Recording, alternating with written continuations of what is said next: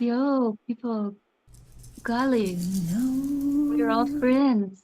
We'll play a song while everyone settles in. Sweet lady, you know my silky baby.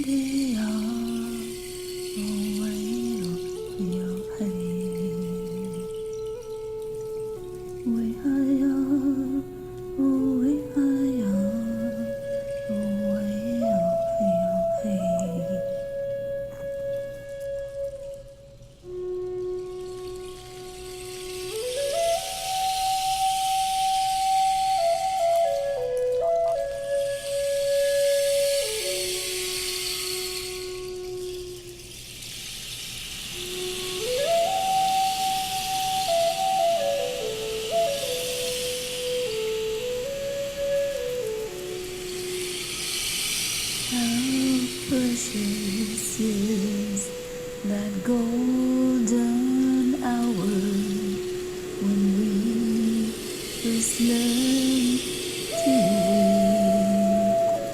That precious golden hour we first learn to weep.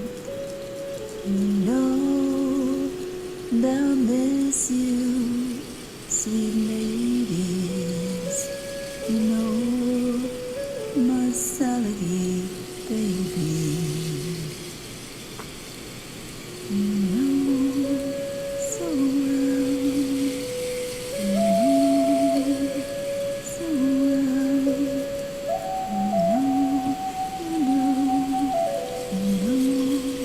so well.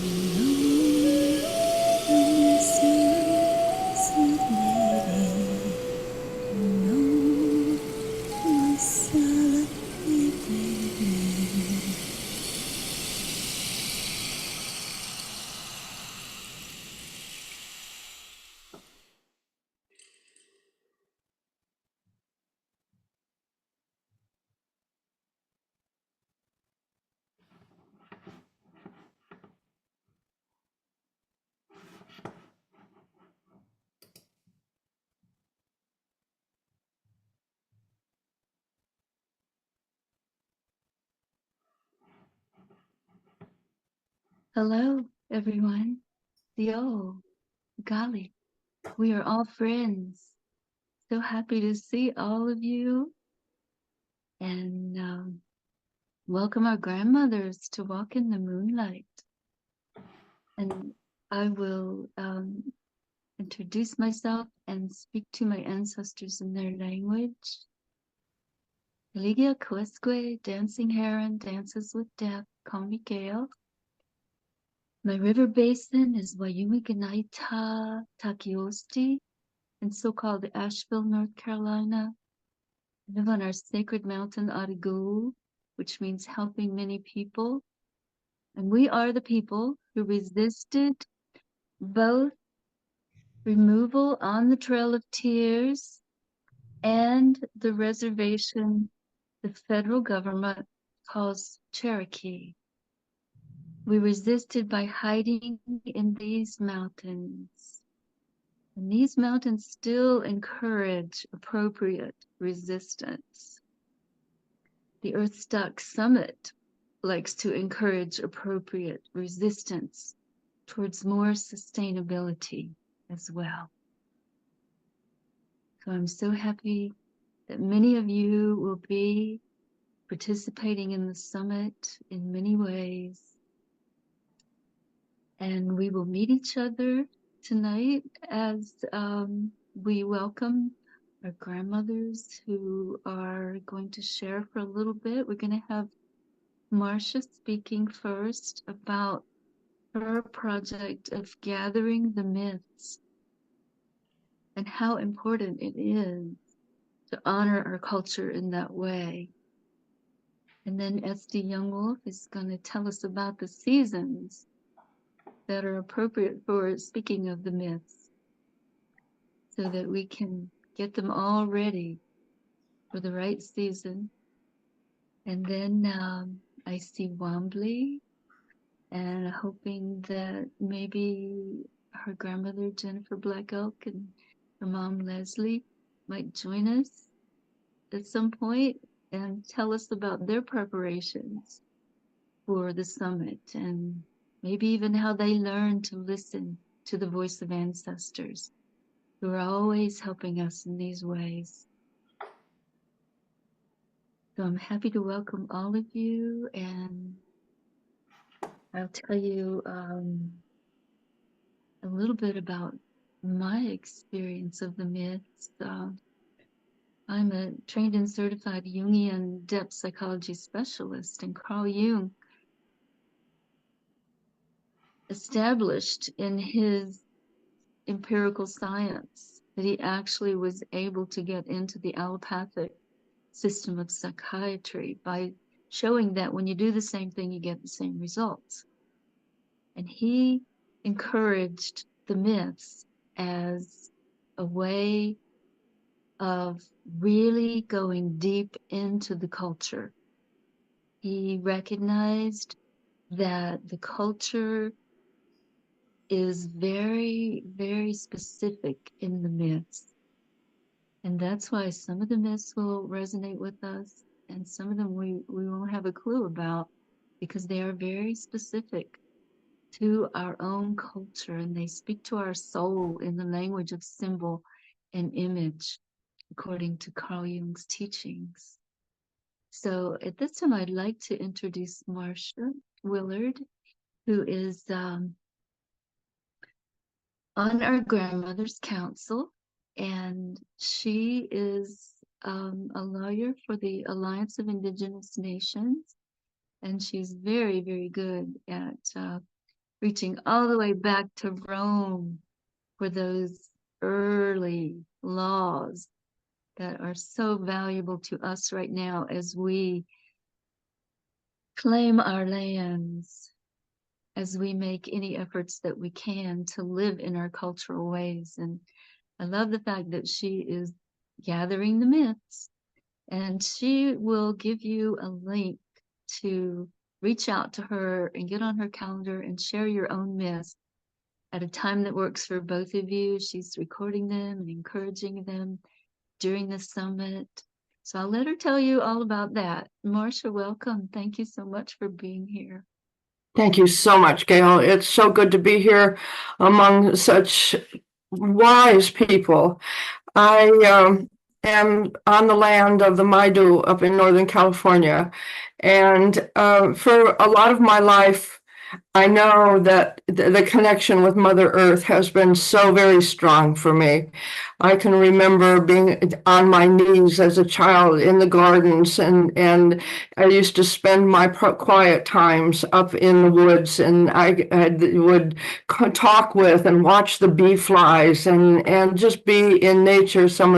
I always had my place I called my quiet place, where I would be in the woods just by myself and with nature, and knowing that I was not by myself. I am not by myself ever. And on the way to the Earthstock Summit, on the way, putting out there months ago saying, yes, I want to gather the myths and the legends. I want to reignite my relationship with the mysteries that have been basically taught. We've been taught that they're just fairy tales and myths and legends. And when in fact we begin to really feel into them, we know that they really resonate. They are part of us. They're part of deeply in us as we walk on the planet.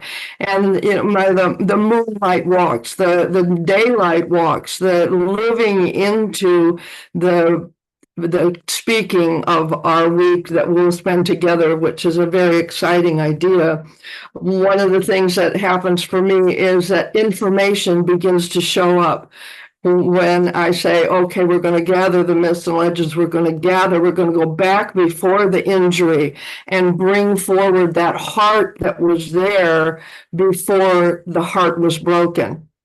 And for me, it's been very much like that on the journey to even knowing, today, sometimes I don't know what I'm going to say. I don't know who I'm going to be. It's the spontaneity of being here now.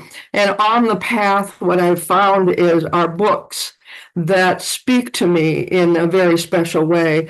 And one of them being Black Elk Speaks, where I'm really moved in the beginning when he says, my friends, I'm going to tell you a story of my life as you wish. And if it were only a story of my life, I think I would not tell it. For what is one man that he should make much of his winters, even when they bend him like a heavy snow? So many other men have lived and shall live this story to be the grass upon the hills. It's a story of all life that is holy and is good to tell, and of two-legged sharing in it, and the four-legged, and the wings of the air, and all green things, for these are children of one mother, and their father is one spirit. That spoke to me so deeply in where we see the talking of unity, we see the thinking of unity, we see the reasoning of being unified and being connected, and we see it being permeated and talking about in a lot of different modalities when we feel and we be that unity. It's so much different than just the reasoning of it. I call it the harmony between the head and the heart. When we know the reasoning of it and our heart follows, and we can be true to that real unity that we are with all the two-legged, the four-legged, the green, and the air, those of the air. And then on the way, I also found a book that really sparked my thinking about speaking the legend, speaking the having people really come to carry the speaking of that legend like it was before we had the written word, when we passed down all of the legends to our children, to our grandchildren, we told the stories. That's really what sparked my thinking of bringing the legends forward. And then I found a book called Grandmothers of the Light, a medicine woman source book by Paula Gunn Allen, where she says each of the stories of this collection contain information central to a woman's spiritual tradition, garnered from each of the four directions and the seven directions. They span North America and from Yucatan into Washington State, from Arizona to New York State. Among them, stories about the great goddess in the variety of guises. To tell how the cosmos was formed and the ways of magic. These goddesses possessed of creative power, bringing forth through supernatural right a variety of beings that include the galaxy of the solar system, the planet with all of the resources and the denizens, the language, social systems, architecture, and all of the real heart of each one of us connected as relationship, as family, as community, as nation, as our global connection that we really are, and how it permeates through all of the myths, through all of the stories, through all the legends. There's these stories of truth that prevail through all the tellings, and how then from the looking at it from coming from the woods, how did we come from the woods and come into this form of civilization that we kind of garner now? How did we get there? How were our hearts broken in the process? And how did we, believing and loving people, believe things that we now see were not to be believed? How did we forget the legends and the stories and the truth of our hearts and surrender to the trappings of the rationality that does not resonate, that did not resonate and still doesn't? How do we come together to sing our songs, to walk in our moonlight, to walk in our sunlight, to walk with Mother Earth and Father Spirit, and to bring again those songs of the myths and legends of our heart into the airwaves again, so we remember our coming together? Beautiful, Marcia. And so true. Thank you so much. That's really my path on the way, my learning. We think of wisdom councils, grandmother councils. I was thinking, as a grandmother, what would I want to share of my life that would have any value to people? And all of it. It's like Black Elk says, what is one man's life? But I'll tell you, one man's life now still resonates with all of us. Black Elk's life. There is a ripple we all create that isn't the same ripple if we don't sing, if we don't bring our resonance. True. So true. Yeah.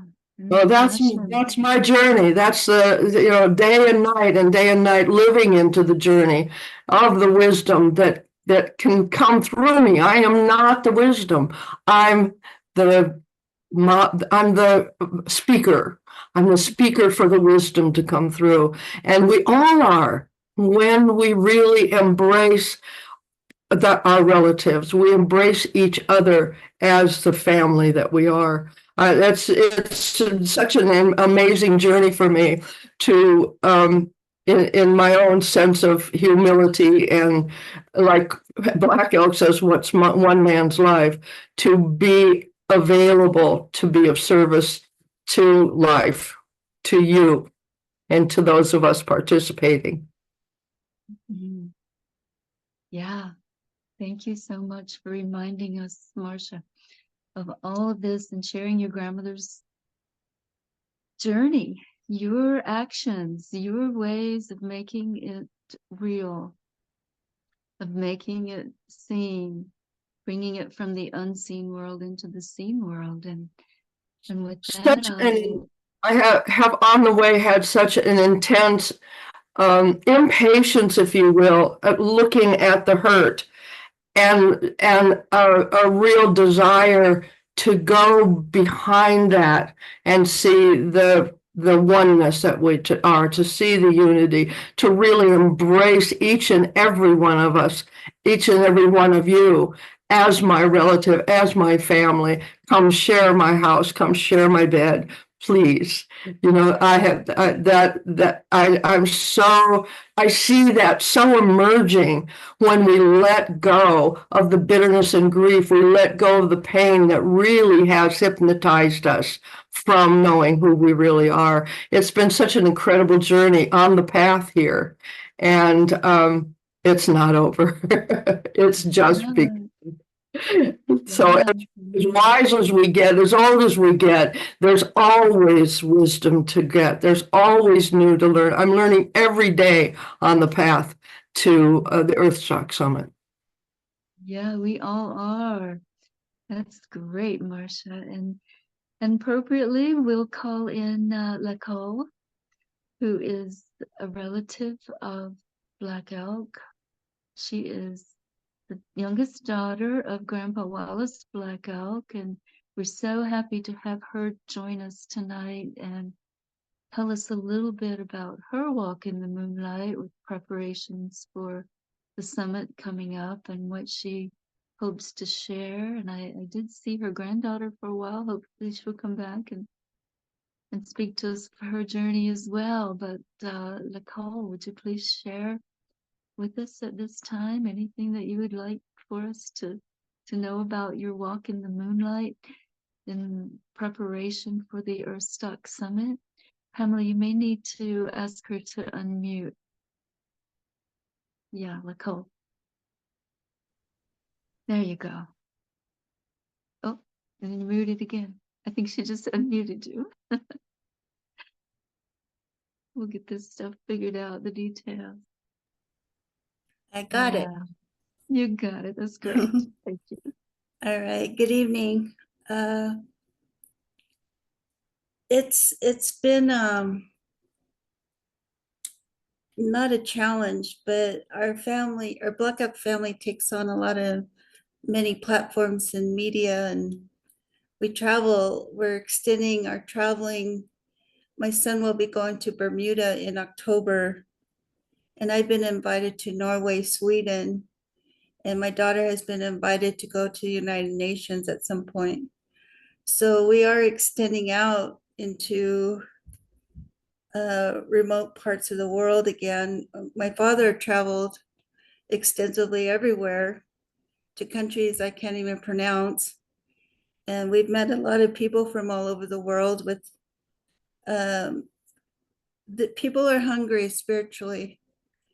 And I, myself with my own life story, I've had a lot of experiences where it built me to where I'm at right now. And I was lucky pretty much to have a father that I did, Wallace Black Elk, because he helped me untangle my mind and my heart. And I was only exposed to one religion at that time and growing up because I was illegally taken away from the government from my parents. And that's a different story itself. But in my journey, I found my way back through the ceremonies. And it was the spirits that reconstructed my mind, my heart, and got me to a place of understanding. Our people, our Lakota Nation, we Sundance, we do a lot of sacrifice and fasting, vision quests, and a lot of ceremonies all throughout the summer. In fact, I think there was over 100 sweat lodges, sundances on our reservation in particular. So we pray for the balance of all four nations when we're praying it. We're not only just sacrificing ourselves or for our prayers to be heard, but we're also help maintaining the balance of just the earth and helping our animal kingdom, because we are pitiful creatures. We're just we're actually the bottom. We cannot survive without any of the animals or any of the plant kingdom. So we're very pitiful creatures on this planet. My message to the world is basically the unity of all four colors in a different sense of not just we being as a human race, but all of us are stewards of this planet we call Mother Earth. And in our medicine wheel, there's a depth to our medicine wheel. We could talk about it all day. We could have a workshop about it, but the main gist is of what, the great grandpa, the great granddaddy, Nicholas, and also my father had a vision of all four colors coming together under the sacred arbor, the Sundance. And each year after I Sundance, he would always ask me how many of each of the four races came together. And our family just came back from a Sundance not too long ago, and we had them all there. So it is happening, it is manifesting, and we're in a unique time right now. It's almost like the make it or break it time. I mean, it's time to step up, even our own people. It's time we've been through many different purifications on this planet. And of course, now we're experiencing a lot of fires. It could be much worse because it's not a nuclear holocaust or anything like that. But these fires, the ones here in Colorado, some of are suspected as arson, and one is suspected of being lightning. Now, I didn't know that lightning could smolder in a tree for like days before it ignites, comes to the surface of the tree. And so that fire that's just outside my city, I live in Loveland, Colorado, and it's almost 10,000 acres, not quite, but pretty close. It is being contained about 54% last update that I knew about. But these fires, there's hundreds of them going on all the way into Canada. But why is it, my father would always ask, why does it take a shocker for people to unite? Why does there have to be a world event before people will unite? What is it about us that we as human beings, in the meanwhile, we need to love ourselves. My name is Lakol Black Elk. It doesn't mean that I'm a medicine woman. I'm not a shaman. I wouldn't wish that on anybody, really. I was born, into a family with that in our DNA for many generations, and I have two offsprings that are medicine. One's a medicine man and one's a medicine woman, and they will be speaking at the gathering with me. And so it's not a position that I really feel a lot of anxiety sometimes because of the sacrifice that they have to go through to help the people. Even when they're sick, right now I have a cousin, he's a medicine man and a chief. He's got cancer, but yet he still conducted a Sundance, an entire Sundance, a whole 4 days. And they give of themselves, even though if their own lives are going through hardships and all of this stuff. We really have to value what it is that we possess in our culture, because we hold a lot of keys. And I want to say the indigenous people of the Western Hemisphere hold these keys. We've had them, and through all the atrocities and spiritual genocide and everything that we've had to endure, we still maintain them somehow. And myself is a prime example of what was stripped away from me, my identity, my culture, my language, my spirituality. All of that was stripped away from me illegally. But yet one thing that I can say about that is that nothing supersedes spiritual laws. All these man-made rules, all these man-made laws, everything like that, it's an illusion, because the spirits always tell us that they're in command. And you ask some very interesting questions, but getting up in the morning and acknowledging the morning star, that is the beginning of the power, because that's the plume of Tungasha uprising.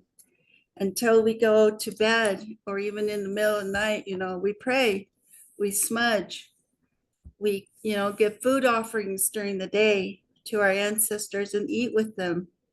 My father comes around daily without ceremony sometimes, so we have to answer to him sometimes. We can't make up stuff.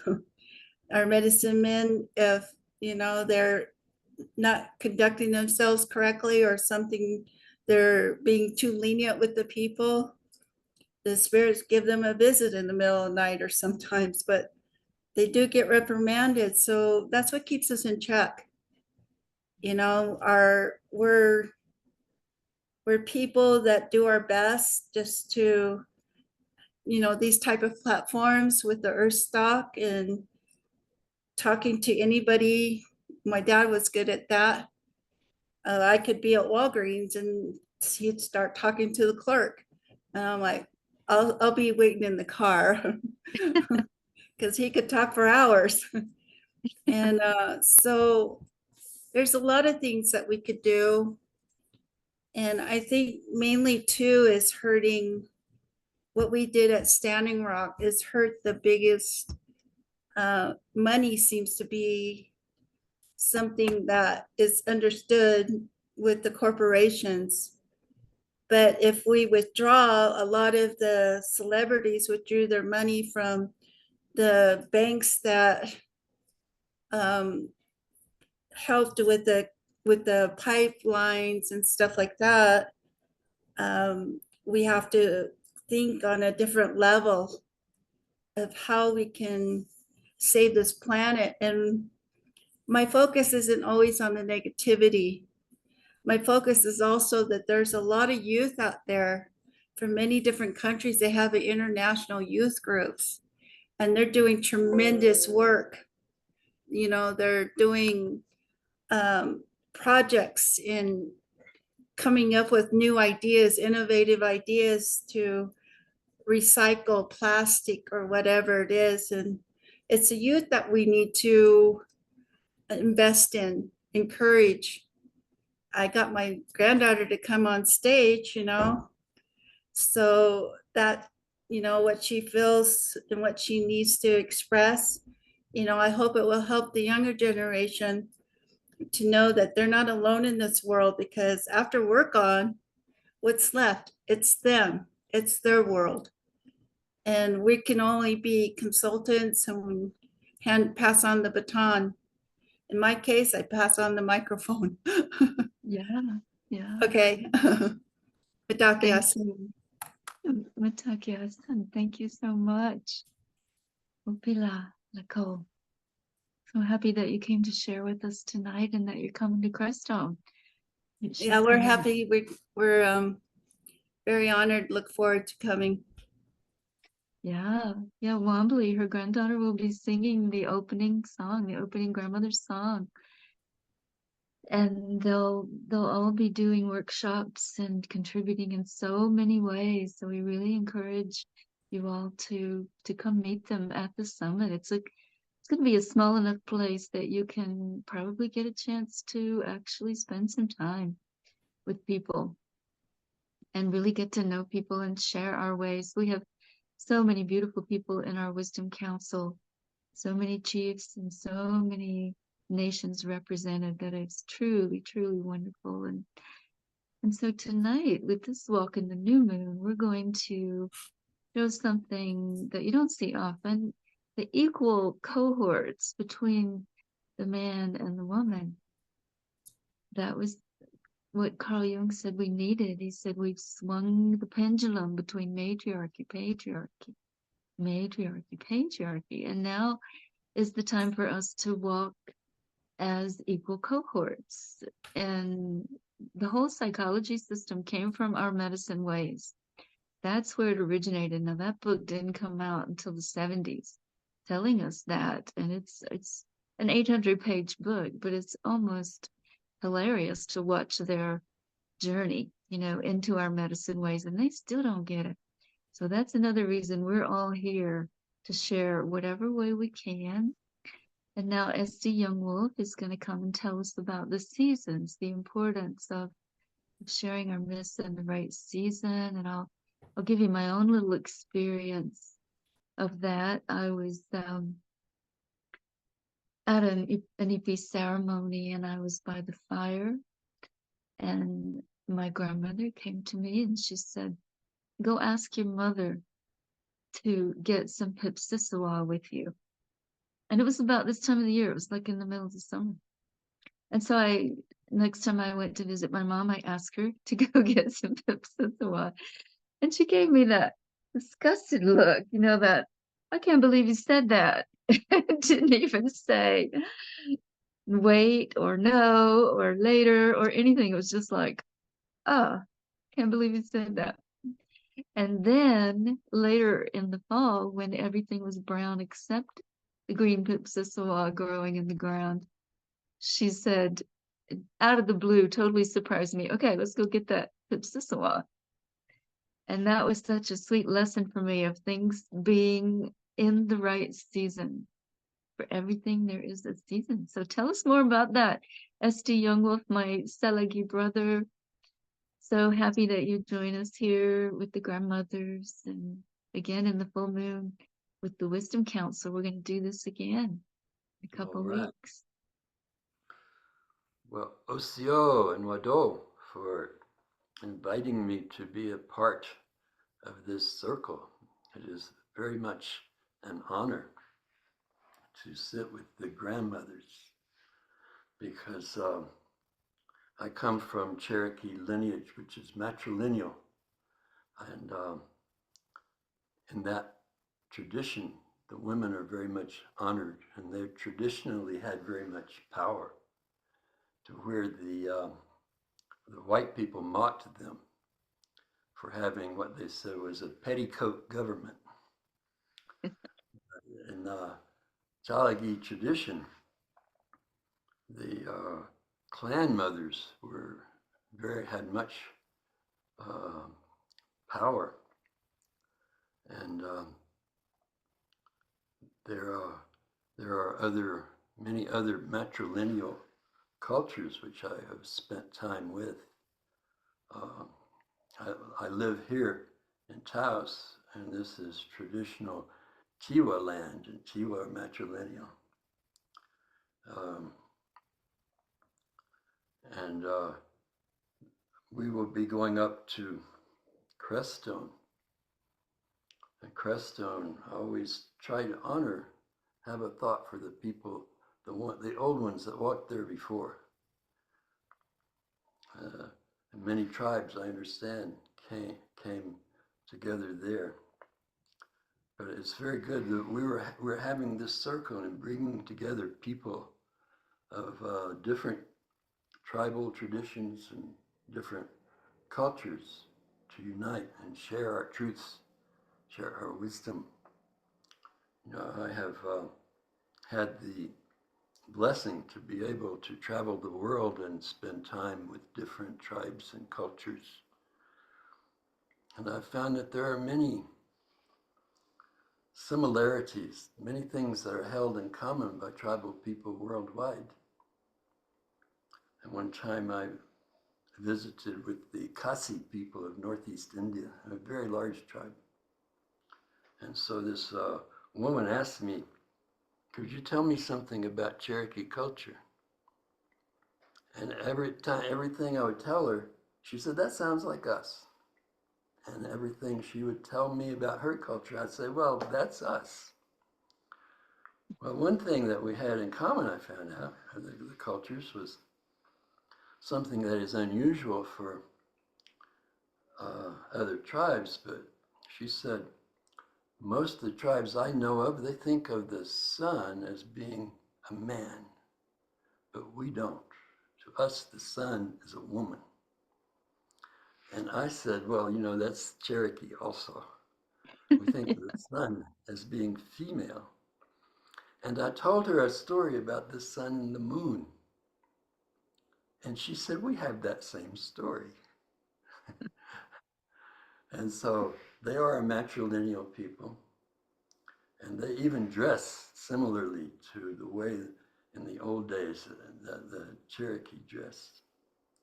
So I grew up around the Smoky Mountains of Tennessee and North Carolina, and those mountains and those beautiful rivers that cascade down, and that green and verdant land, the land of my ancestors. You know, those the Cherokee. I descend from a group that went west before the Trail of Tears. Matter of fact, the tribe I belong to is not just Cherokee, but is 12 different tribes that came together under Cherokee leadership in about the 1820s. And they lived in Texas until they were attacked by the Texas troops, and many of them massacred and a lot of them driven out. So we have a sad history, but we have carried that. You know, there was the Trail of Tears when the people went west. They carried with them the sacred fire, and they rekindled that in their new land that they were forced to walk to. So I want to sing a song just in honor of those old ones. Please. This is a Trail of Tears prayer song that they sang on that journey, the 1,000-mile journey.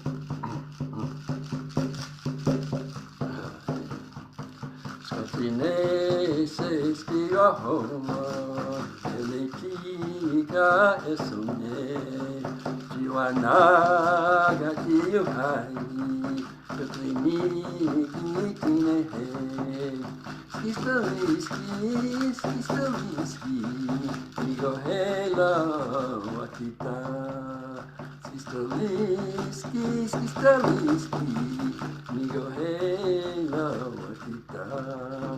Kotine se istiahoma, elitika esone, jiwanaga tiyuhai, katlini kitine he. Skistaliski, migo hela wakita. Skistaliski, migo hela wakita. Skotine se istiahoma, elitika esone, jiwanaga tiyuhai, katlini kitine he. Skistaliski, migo hela wakita. Skistaliski, migo hela wakita. Oh, thank you, Esty. You know how I love the songs. They Yes. are traditional songs. Yeah. In our tradition, you know, we have something called the beloved woman, who is called the Giga.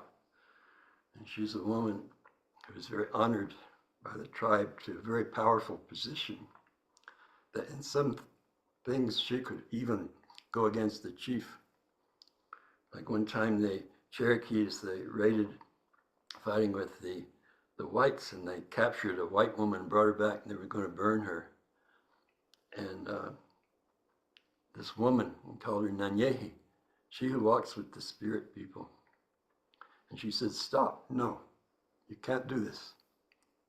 And they stopped, and she brought her into her home. And she taught her and fed her, took care of her, and learned much from her as well. Because that white woman taught her many things, taught her how to have a dairy cattle, and she was the first of her people to do that. And she was a peacemaker. She made peace. Whereas her cousin, he was a war chief, and he would fight the whites, and she would make peace with them. They both tried to preserve their lands. He by war, and she by gentle persuasion. But they say that she foresaw the Trail of Tears. She had a vision that she told the people, a time is coming, I see our people, I see other people walking to the west, to a new land.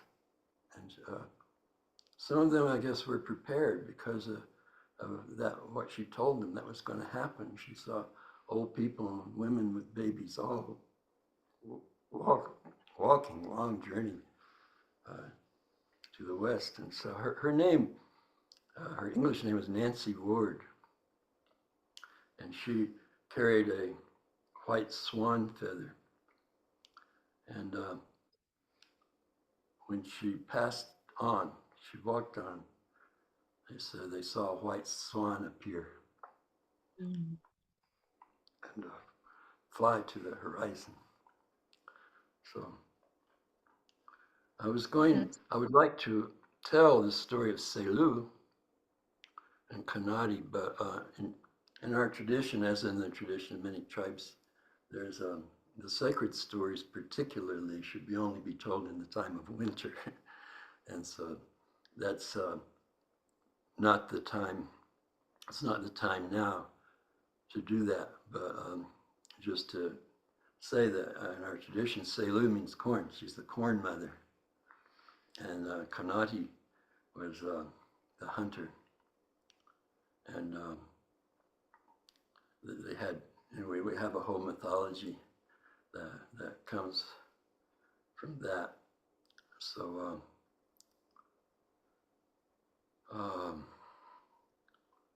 the people coming together, there's always the women who are encouraging peace among people. I think the wisdom in having the women, they have power. They're not so likely to go to war. They're the bearers of life. They're the protectors of life. So we always honor the women that way. That's beautiful, Esty. Thank you for honoring us all tonight in this way. And I'm so happy to say that the night I decided to do this gathering, Selu actually came to me in the dream world. First time I'd ever seen her. Right. She took an ear of corn from my hand in the dream. It was a very beautiful dream and very supportive of us gathering here in these ways with the moon. So I want to open up for your questions. If anyone has questions of these three council members or any of us, you're very welcome to just open your mic and speak or raise your hand or whatever way you're comfortable asking those questions. We've got about 15 more minutes. So we're happy to take questions at this time.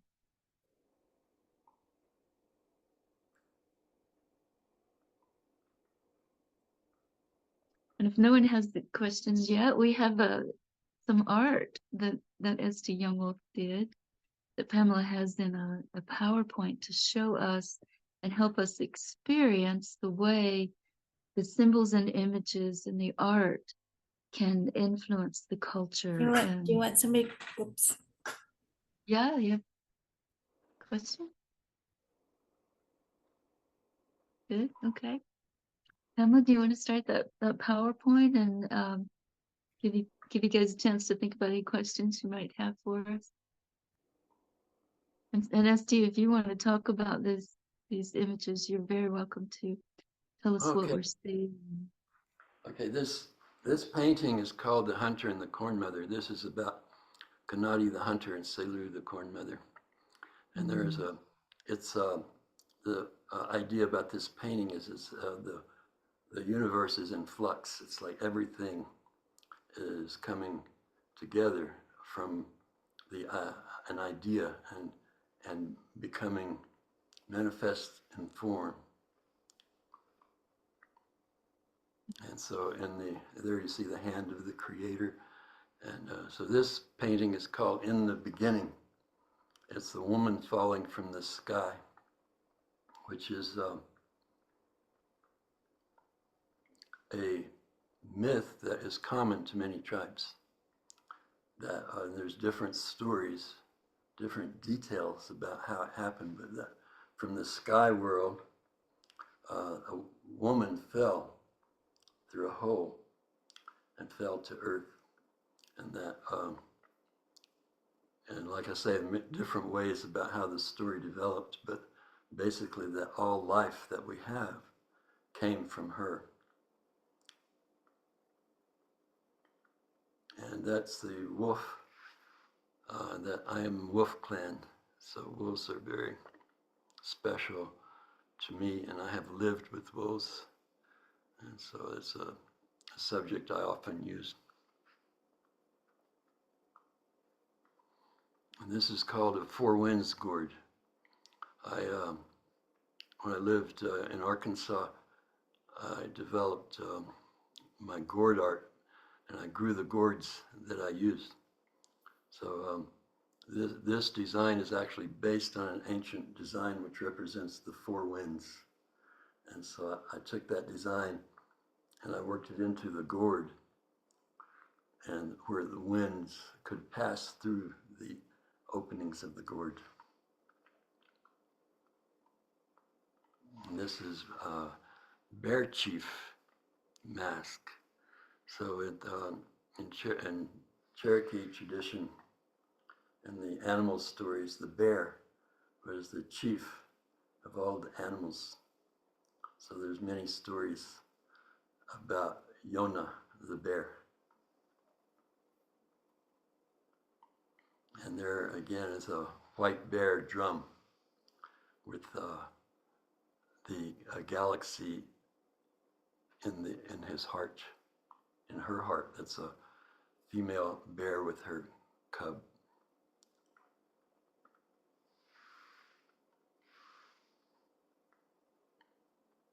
And that's just me with a drum I painted, the drum that I use here, and paintings behind me.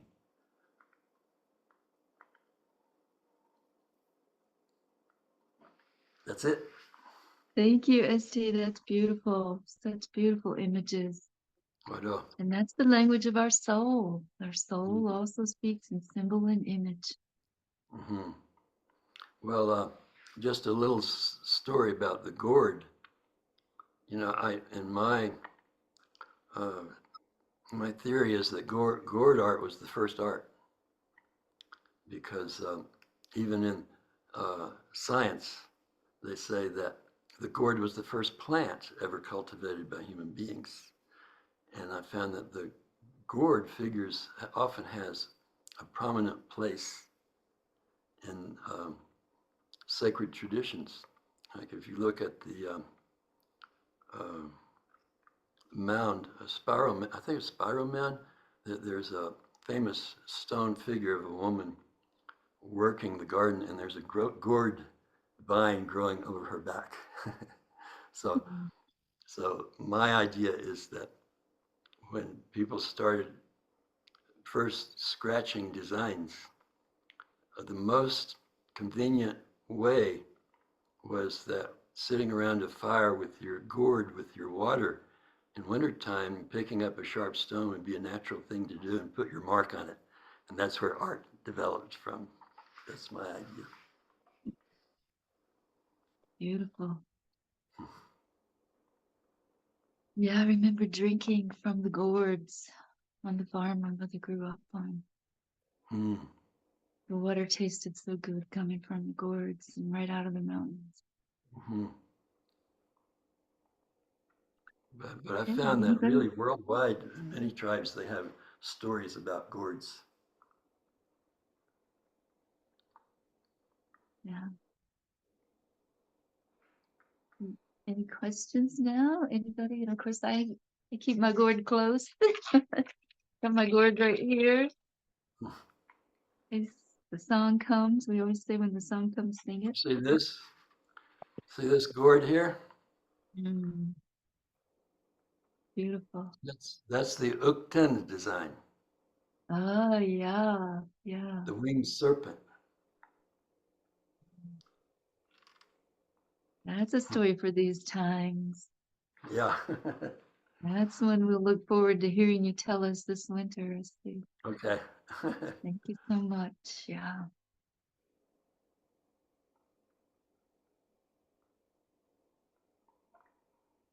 Okay, so no questions. Let's go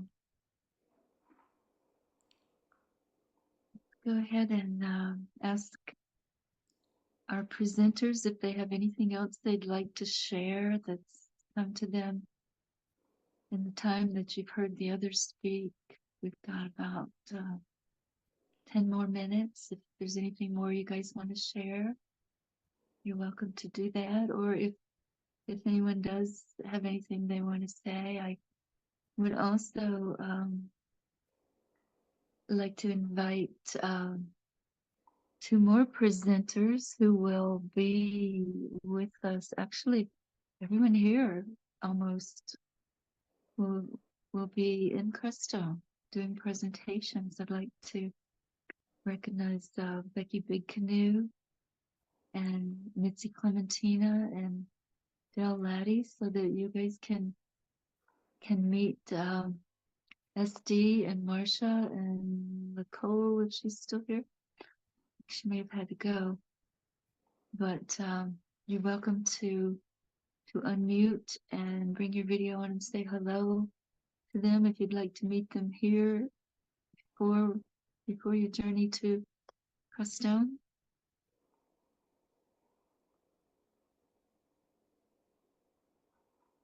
Yeah, Mitzi, come on in. Talk to us. Hi there. Hi, Grandmother Gail. Yeah, this is my first time here. It's been really just so beautiful to hear everyone's story and the medicine that they're bringing. I too have the honor to be presenting at Earthstock, but I'll be doing it via broadcast. I live here in the Hudson Valley in New York, the original lands of the Wappingers. And my lineage is the Indian lineage, Quechua and Aymara very specifically. And what can I say? You know, so much of what everyone is sharing here really resonates. You know, this is my medicine. This is my lineage. This is my blood. My blood. I grew up separated from it, but never too far away. And it just always, it was always in me. And I agree with what everyone is sharing, that these are times where we just cannot ignore that calling anymore. You know, that calling for some is a privilege, but really it's a call for urgency. And I think we all share that necessity of bringing that medicine here into now. It's always so beautiful to hear the different lineages and the different stories. In my lineage, the son is masculine. But boy, did I love hearing today how for some, the son is feminine, and just hear that explanation resonates so much. So it's really beautiful to sit here, you know, to honor each other's medicine, to honor each other's lineage. I think at the very basis, the foundational aspects, we share so much. I feel very called to unite, to bring any administrative or organizing skills that I have. I also have my own medicine space. And for me, the medicine that has really resonated has been that of Mama Kia, which is for us is the moon energy. For us, that moon energy also casts a little bit of information onto the individual person as to what is their natural medicine, what do they naturally offer this world, just based on the phase of the moon that you were born in. And, you know, even just possessing that information whenever I speak to people who are interested in ancestral medicine, you know, who don't come from this, they even just something like that, you know, a small nugget that I think most of us know here. It is like a spring water for everyone. And so I think that there's something really beautiful about that, because we carry that, you know, and these times really require for everyone to really step in. The greatest service that anyone could perform is that work on themselves, on their own personal journey, on their own spiritual identity that so many people feel robbed of. And I think that so much of what you bring, Grandmother Gail, with the Jungian philosophy, I'm a really big fan. And I too feel like, you know, there's been certain quotes that he has shared that alluded to the fact that this was his work, although he was credited so much and became so famous with it, he still had moments of humility where he recognized that he was only discovering this, not that he was inventing this, or that he acknowledged himself that this was something that he had seen patterns of before. He was just giving it a different name that people can relate to. And I think that that's our job now too, right? That there's so much that we do that maybe we take for granted, how simple it is, or, what for us is just our everyday living, what for other people outside of what we have, people who are suffering, what a gift of spring water that is for them, just really simple concepts. And that's what I really can see about Earthstock. It's so multi-layered as it relates to what it's bringing out to the communities, highlighting all of your beautiful voices and your song and your artistry, but also just an opportunity to really just sharing that wisdom and to really share with each other as well. What is that expression that the kids say? FOMO, fear of missing out. Yeah. I'm getting FOMO for not being able to be there at Crestone after listening to everyone speak today. I've just felt so touched and so like, yes, I'm just, I'm noodling away in my kitchen and I'm just nodding like, yes, this is so beautiful. So I honor each of you.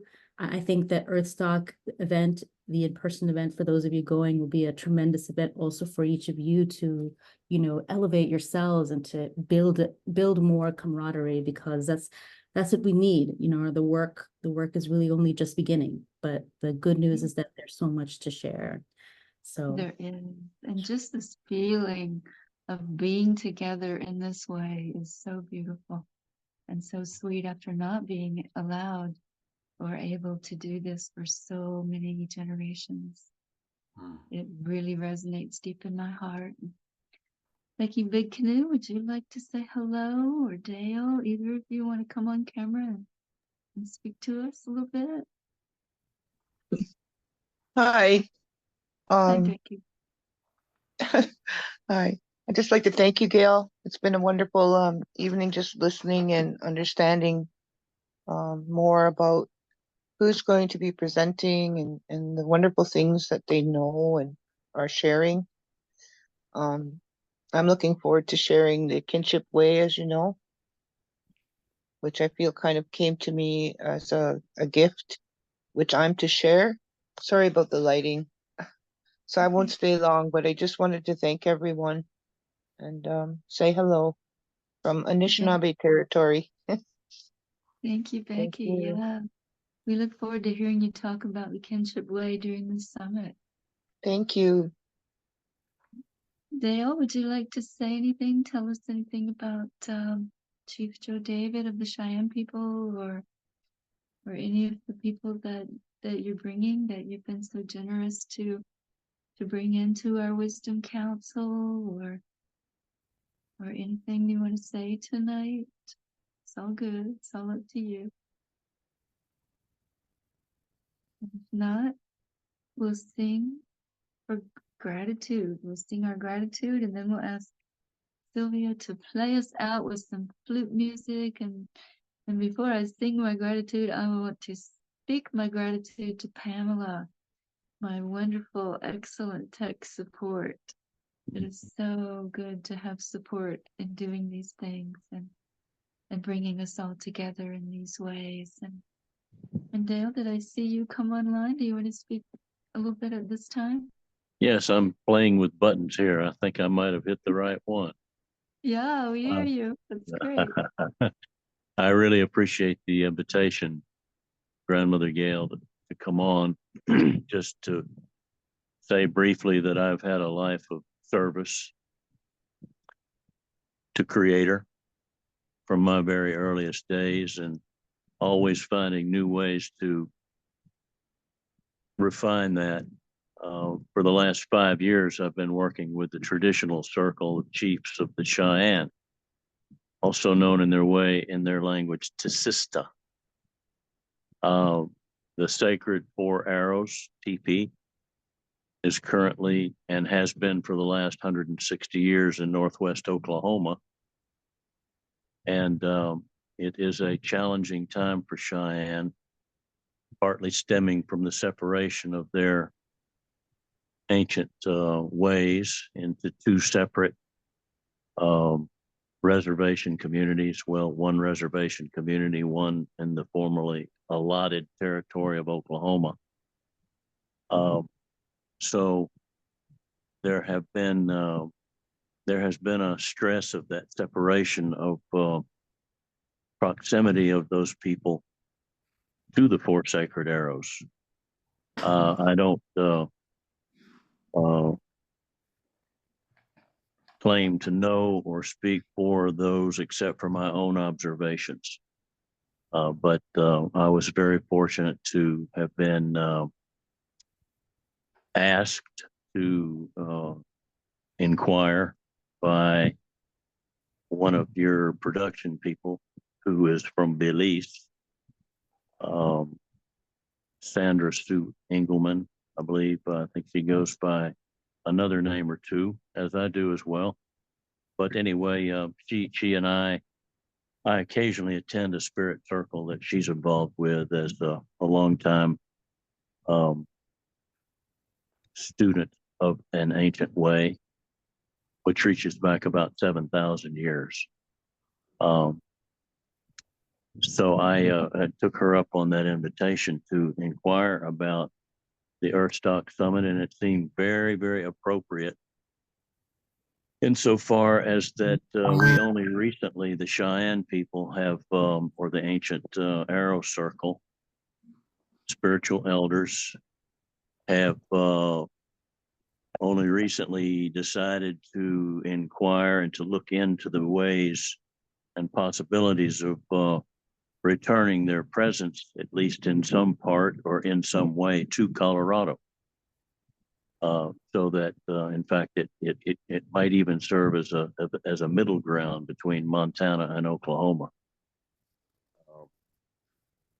So I've been with them for 5 years and done what I could to facilitate what my observations saw that could be in service to them. I'm an economist by training and a former military officer turned peacemaker, I guess you could say. I learned the ways of war is not the way of the future, I would say, in that experience. And gave up my captaincy in the Army to pursue better things. So that's what's brought me to this point. And I'm very hopeful. I want to acknowledge, even if they're not able to come on, or whether they did or not, I don't see all of the screens. I don't think the invitation that was extended to Michelle Red Cherries, who is an attorney for the Northern Cheyenne and recently brought into the Sacred Teepee for consultation on legal needs that the Cheyenne have in regards to the work that's being done in Colorado. And also Kate Duncan from Spanish Challenge, Jamaica, who's been instrumental to us in helping us to put dreams into words, as I so value her intellect and capabilities to sift through a lot of things and bring them into concise language to communicate those dreams for the future in a positive way. So that's my short story, and I appreciate the opportunity to tell you a little bit about what we're doing in Cheyenne. Yeah, thank you for that. We're glad you're here. And I did see Michelle for a little bit, but we didn't see Kate, and hopefully we'll give them a little more notice next time. It'll be the 18th of August. And we'll talk with SD again, and we'll be surprised who shows up from our councils to share with us at that point. There'll be a lot of people in Crestone already, and they'll be excited to be on Zoom with us. So I look forward to seeing all of you then again, and we'll sing my gratitude with the song from the spring and ask you to join me.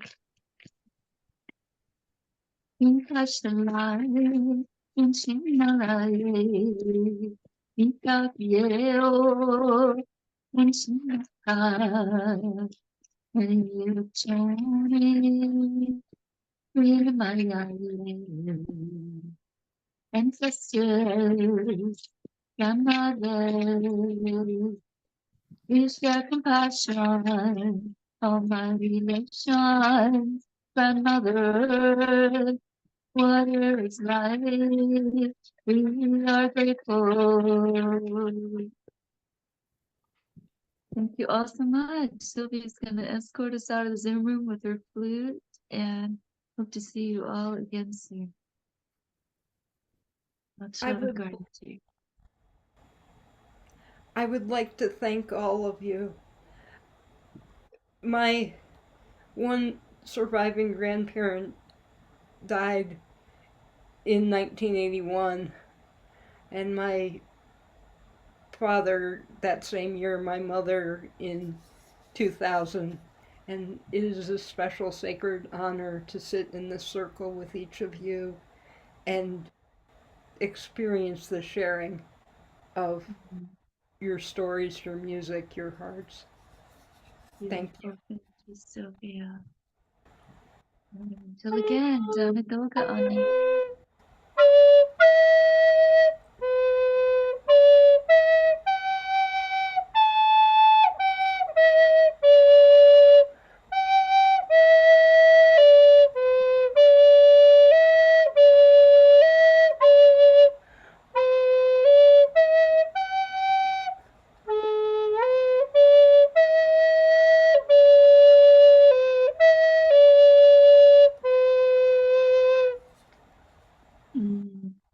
Beautiful. Thank you so much, Sylvia, and thank you all. Until again, soon I hope.